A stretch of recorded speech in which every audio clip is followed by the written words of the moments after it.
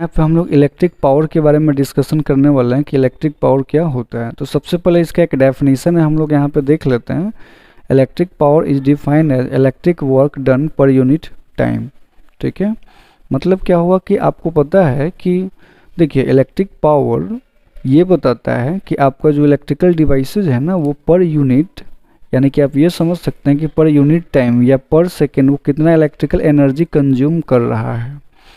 In other words, we can say electrical power is the rate at which electrical energy is consumed। या आप दूसरे तरीके से इसको ऐसे भी बोल सकते हैं कि इलेक्ट्रिकल एनर्जी जो है ना पर सेकेंड या किस रेट से कोई डिवाइस इलेक्ट्रिकल एनर्जी को कंज्यूम कर रहा है उसको हम लोग इलेक्ट्रिकल पावर के नाम से जानते हैं। अगर आप इसका फॉर्मूला देखेंगे तो इलेक्ट्रिकल पावर का फॉर्मूला हो जाएगा work done upon time taken. अब अगर हम यूनिट ऑफ पावर की चर्चा करें यहाँ पे तो सिंपली आपको अगर यूनिट निकालना है तो अगर आपको इलेक्ट्रिक पावर का फॉर्मूला पता है तो with the help of formula you can calculate the unit easily. कैसे हम लोग कैलकुलेट करेंगे आइए यहाँ पे देखते हैं। पावर का फॉर्मूला अभी आप लोगों ने देखा कि work done upon time taken होता है। तो यहाँ पे आप देखिए वर्क डन यानी कि वर्क का जब आप यूनिट पुट करेंगे तो ये जूल होगा और टाइम टेकन को आप सेकेंड में पुट कर दीजिए तो जूल पर सेकेंड ये फॉर्मूला निकल के आ रहा है आपका किसका, इलेक्ट्रिक पावर का। और यही जो है joule per second it is known as वाट।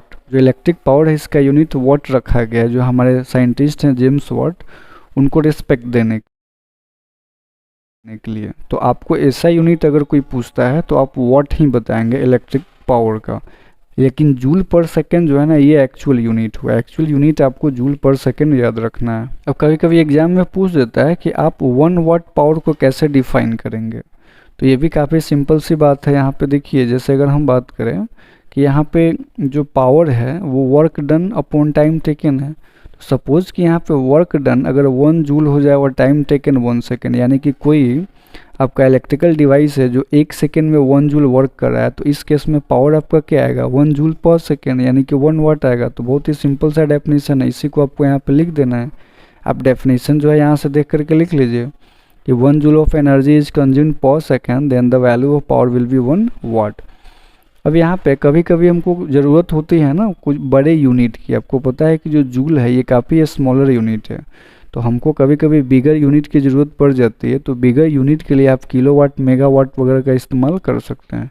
अगर किलो का मतलब होता है 1000, तो अगर आप 1 किलोवाट की बात करेंगे तो इसमें 1000 वाट आएगा। अगर 1 मेगावाट की बात करेंगे तो इसमें 10⁶ वाट आएगा। इसको आप 10 लाख बोल सकते हैं। Now it is most important कि हाउ आप फॉर्मूला कैसे कैलकुलेट करेंगे इलेक्ट्रिक पावर का।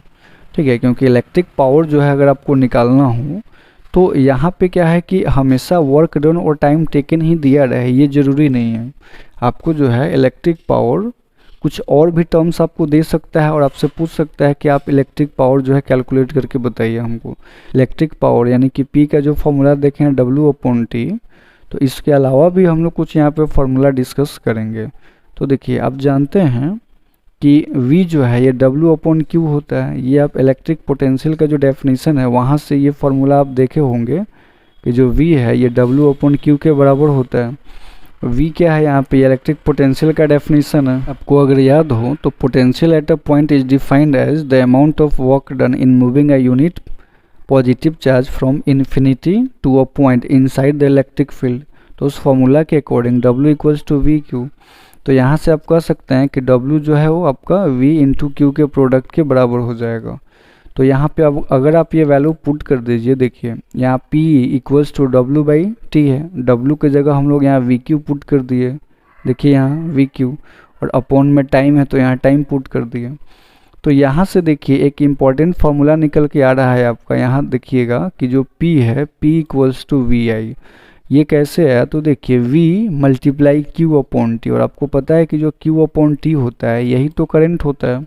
As per the definition of current, आप करंट को कैसे डिफाइन करते हैं, the amount of charge flowing through a conductor per unit time, यानी कि I = Q/T। तो ये Q/T की जब आप I पुट करेंगे तो पावर का फॉर्मूला क्या आ जाएगा V × I। तो आप फर्दर चाहें तो पावर का रिलेशन और भी अदर टर्म के साथ निकाल सकते हैं। यानी कि देखिए यहाँ पे इस फॉर्मूला में अगर आप V की जगह IR पुट कर देते हैं तो एक नया फार्मूला आपको पावर का निकल के आ जाएगा। क्या है ज़रा देखिए यहाँ पे P = VI।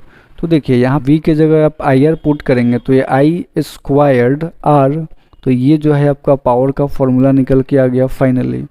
अच्छा, उसी तरह से एक चीज़ और ध्यान में रखिए कि अगर i के जगह अगर आप v अपॉन r पुट करते हैं तो एक नया फार्मूला निकल के आ जाएगा। तो देखिए यहाँ पे जो फॉर्मूला है आपका p इक्वल्स टू वी आई, यहाँ पे i की जगह आपको क्या रखना है v अपॉन आई। तो देखिए v और v मल्टीप्लाई होकर v स्क्वायर और नीचे r आ जाएगा। तो ये एक नया फार्मूला निकल के आ गया पावर का v स्क्वायर अपॉन r। तो आपको ध्यान ये रखना है कि अगर वोल्टेज और करंट दिया हो तो सिंपली आप ये फार्मूला यूज कर लीजिए। अगर आपको करंट और रेजिस्टेंस दिया हो तो ये फार्मूला यूज कर लीजिए। एंड सपोज कि अगर आपको वोल्टेज और रेजिस्टेंस दिया हुआ है तो आपको सिंपली ये फार्मूला यूज कर लेना है। तो यहाँ पे जो पावर का अलग अलग टर्म के साथ रिलेशन हमने बताया है, ताकि जब भी न्यूमेरिकल्स आप बनाएंगे तो आपको डेटा चेक करना है कि कौन कौन डेटा दिया हुआ है। तो as per data you have to apply the formula.